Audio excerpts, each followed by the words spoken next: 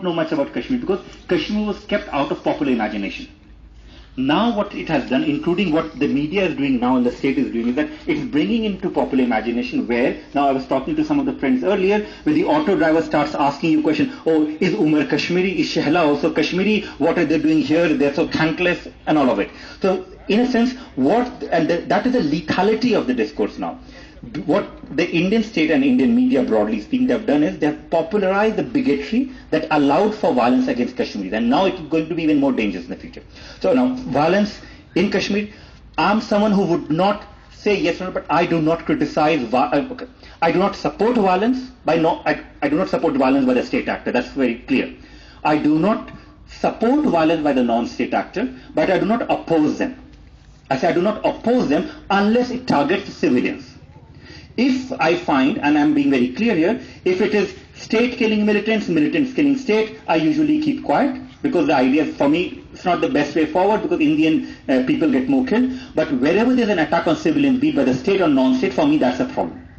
Now, when we take example of Kurdish movement, PKK and others, and we have seen within YPG in Rojava and other places, I mean, if we start talking of non-violence in that context, it becomes very unethical because they're facing battle of survival. My argument vis-a-vis Kashmir is violence has been tried. Non-violence has also been tried. None of it has worked. But it's important that the movement, and again I'm not pre-movement, but it's important to understand why some would think of using violence. And if Indian nationalists or Indian people and progressives don't want violence to be part of parcel of it, the first and foremost thing is to provide justice provide justice.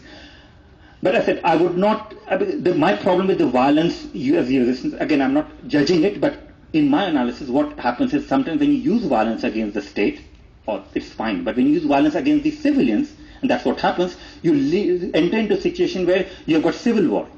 And we saw that with JKLF and Hizbul Mujahideen in the 1990s, and Indian state today, I'm saying, Indian state today is much more powerful than what it was in early 1990s.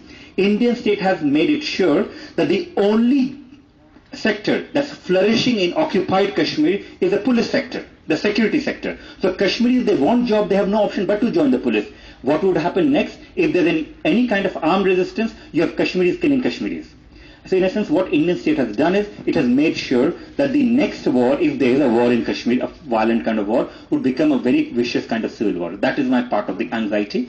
But broadly, I said I would not make judgment about the non-state using violence against the state so long as the state is using the violence against the non-state.